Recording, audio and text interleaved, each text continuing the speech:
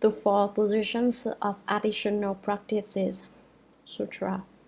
Ananda, when these good people have completely purified these 41 minds, they further accomplish four kinds of wonderfully perfect additional practices. Commentary. The bodhisattva, the person practicing, reaches a state of purity with regard to these 41 minds. The 41 minds are the level of dry wisdom, the 10 faiths, the 10 dwellings, the 10 conducts, the 10 transferences.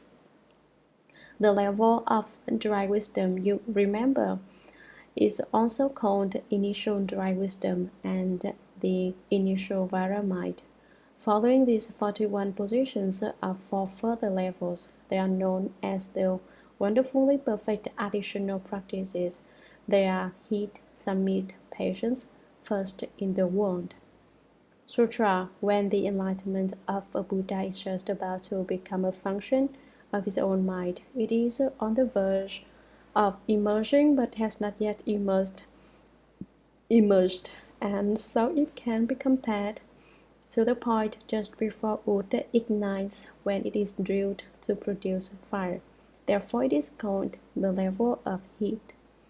Commentary. This is the first of the four additional practices, the level of heat. The analogy is given of wood which is drilled to get fire. This level is compared to the point just before the wood ignites. When the enlightenment of a Buddha is just about to become a function of his own mind, means that what the Buddhas are enlightened to and what he himself is enlightened to are the same thing. When it is on the verge of emerging but has not yet emerged, so it can be compared to the point just before wood ignites when it is drilled to produce a fire. The igniting of the wood being drilled is like enlightenment. The wood is right on the point of bursting into flame. With the enlightenment there is also heat. Therefore it is called the level of heat. This is the 42nd position of the Buddha's progression. Sutra, he continues on with his mind, treading where the Buddhas tread, as if relying and yet not. It is as if he were climbing a lofty mountain to the point where his body is in space, but there remains a slight obstruction beneath him. Therefore, it is called the level of the summit. Commentary. He continues on with his mind, treading where the Buddhas tread, as if relying and yet not. His own mind goes down the path the Buddhas take. He seems to be dependent, and yet he is also independent. A different analogy is used here. It is as if he were climbing a lofty mountain to the point where his body is in space, but there remains a slight obstruction beneath him. He is like someone climbing on a mountain, and when he gets to the top, it is as if he physically enters into empty space because he is so high up. But under his feet, as he stands on the mountain, there is still a slight hindrance. He still has not yet ascended into empty space. Therefore, it is called the level of the summit. Sutra. When the mind and the Buddha are two and yet the same, he has well obtained the middle way. He is like someone who endures something when it seems impossible to either hold it in or let it out. Therefore, it is called the level of patience. Commentary. When the mind and the Buddha are two and yet the same, he has well obtained the middle way. The mind is the Buddha is the mind. Although they are said to be two, they come together as one. What is the mind is the Buddha. There is no Buddha outside the mind. There is no mind outside the Buddha.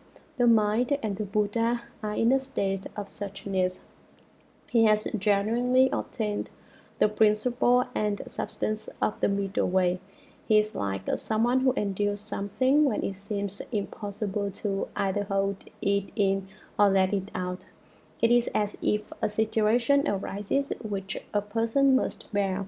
He'd like to keep it contained, but that is impossible. At the same time, it's impossible for him to let it out. So at that point, he bears with it. He'd like to keep it in his mind and he'd like to release it. He can't decide which would be the better thing to do, so he bears with it. He'd like to let it go, but he can't give it up, and yet he'd still like to let it go. But this time he must be patient. Therefore, it is called the level of patience. It is the third of the additional practices. Sutra. When numbers are destroyed, there are no such designations as the middle way or as confusion and enlightenment. This is called the level of being first in the world. Commentary. When numbers are destroyed, the 10th transference. The boundaries of the Dharma Realm are destroyed. Now all numbers and boundaries are destroyed. What is meant is the same as the zero. I've talked about zero before. It is the absence of numbers. At the point, there are no such designations as the middle way or as confusion and enlightenment. Perfection is total and the light brilliant. There are no designations because it's the situation that's like zero. There's nothing that can be said about zero. Zero means the absence of everything, and yet everything outside the zero is contained within it. The zero is the mother of all things, but it is not designated as a mother because there isn't anything there. To understand what I'm saying right now is enlightenment. There isn't any confusion, there isn't any enlightenment. Why isn't there any confusion? Because he's not confused. Why isn't there any enlightenment? He's already enlightened. What further enlightenment could there be? For there to be no confusion and no enlightenment is zero. All the mountains, the rivers, the great earth, the plants, and all the myriad appearances come forth from it. There is no designation for enlightenment and confusion or for the middle way. Even though there's no name for this state, we still have to call it something, so we force the issue and call it the level of being first in the world. It's first in the world because there is no second. This is the last of the additional practices.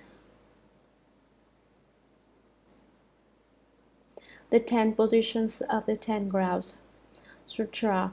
Ananda, these good men have successfully penetrated through to great Buddhi. Their enlightenment is entirely like the first ones. They have fathomed the state of Buddhahood. This is called the ground of happiness. Commentary. Ananda, these good men have successfully penetrated through to great Bodhi. The good men are the bodhisattvas who have obtained the level of being first in the world. Although the text says he has successfully penetrated through to great Bodhi, there really isn't anything that's been penetrated through to. Their enlightenment is entirely like the first ones. Their enlightenment is the first command. The first command is enlightenment. They have become enlightened to that which the first one has become enlightened to. They can be called the first one when they have enlightened to that zero, and yet the zero isn't anything at all, so don't get attached to it. They have fathomed the state of Buddhahood. True emptiness is the state of being nothing at all. But when they fathom the state of a Buddha, then within the true emptiness arises a wonderful existence. That wonderful existence is happiness. Oh, so originally it's just that way. That's the arising of happiness. I didn't understand before, but now I do. They are inexpressibly happy. This is called the ground of happiness. It's the first ground. Sutra. The differences enter into identity. The identity is destroyed. This is called the ground of living filth. Commentary. On the previous ground, there was still happiness, and so an identity still existed too. Although there were no designations, there was still an identity. That was when the differences enter into identity and become one. That is, although the phenomena and the noumenon are united, the noumenon still remains. Now, when they reach the second ground, the identity is destroyed. The second ground is called the ground of living filth, which means that they separate from ignorance. Basically, there isn't much ignorance left by this time, for their enlightened natures are already like that of a Buddha. A slight bit of attachment, a little defilement remains for them. Now identity is destroyed, their likeness, so the Buddha ceases to be, thus to return to the source, to go back to the nature of the treasury of the first come one, which is a great storehouse of light. It has no name or appearance. This is called the ground of living filth. Happiness is still a kind of defilement. If there is something you like, then you still have emotional reactions. At the second ground, all the defilements are left behind. Subtle ignorance is also lessened. But at this level, the ignorance is still not completely cut off. Sutra. At the point of ultimate purity, brightness comes forth. This is called the ground of emitting light. Commentary. A bodhisattva on the first ground does not know the state of a bodhisattva on the second ground. A bodhisattva on the second ground doesn't know the state of a bodhisattva on the third ground. At the point of ultimate purity, brightness comes forth. The previous ground was that of living filth, but as long as there is a necessity to leave it, there must still be defilement. Only when one has completely left the filth is one clean. Let's take sweeping as an example. We sweep in order to clean up the floor. We put the broom aside when the floor is clean. As long as we are still sweeping, it isn't clean yet. When he reaches the ultimate purity, light comes forth. There is brightness. So the third ground is called the ground of emitting light. Sutra. When the brightness becomes ultimate, enlightenment is full. This is called the ground of blazing wisdom. Commentary. When the brightness becomes ultimate, enlightenment is full. The light reaches its maximum and the enlightened nature is perfected. This is called the ground of blazing wisdom. Blazing is descriptive of the wisdom that is bright like a torch. Sutra. No identity or difference can be attained. This is called the ground of invincibility. Commentary. No identity or difference can be attained. Not only are things that are the same identical at this stage, all things are identical. The bodhisattva cannot come to any distinction between sameness and difference. There is no way to represent them because basically there is no identity or difference. This is called the ground of invincibility. There isn't anything that can overcome this level of understanding. It transcends all the other previous grounds. This is the name given to the fifth level of the stages of the bodhisattva's development. Is it the case that one bodhisattva reaches the ground of invincibility? Yes, it is the case that one bodhisattva does. And yet, this one bodhisattva is not just a single bodhisattva. There is only one, and yet there is not. Here is where the Buddha Dharma is to be found. One bodhisattva comes up to this level, but millions or billions of other bodhisattvas also come up to this level. For instance, when someone earns a PhD degree, is that one person alone in earning it? Certainly that one person has earned it, but someone else can also earn one. Everyone who has one has earned it. And so how many earn one? Millions, not just one. The same principle applies here. Probably more bodhisattvas than their sand grains in the Ganges River are certified as having attained each of these grounds. Sutra with unconditioned true suchness, the nature is spotless and brightness is revealed. This is called the ground of manifestation. Commentary with unconditioned true suchness, the nature is spotless and brightness is revealed. It is unconditioned, and yet there is nothing which is not conditioned. True suchness refers to the nature of the treasury of the first come one. It is the one true Dharma Realm. With the unconditioned true suchness, everything is in a state of suchness. Everything is true. There is nothing which is not true, nothing which is not in a state of suchness. The nature is extremely pure, and light shines forth. This is the sixth ground, called the ground of manifestation. That's because the bodhisattva's nature reveals itself. Sutra coming to the farthest limits of true suchness is called the ground of traveling far. Commentary: true suchness has no limits and no farthest point. So how can this be? Again, it is descriptive. There really isn't any end to true suchness because it really doesn't have any limits. So that's why the sutra says it this way. Coming to the farthest limits of true suchness is just like when we say that empty space is obliterated. But since empty space isn't even a substance to begin with, how can it be obliterated? This is the same kind of attempt to describe what is basically beyond comprehension. True suchness doesn't have any limits. It includes the 10 Dharma realms with all their beings. How could it have a boundary? What's beyond the 10 Dharma realms?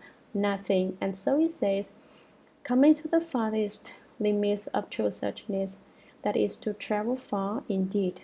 How far? Who knows? All we can say is that it's called the ground of traveling far.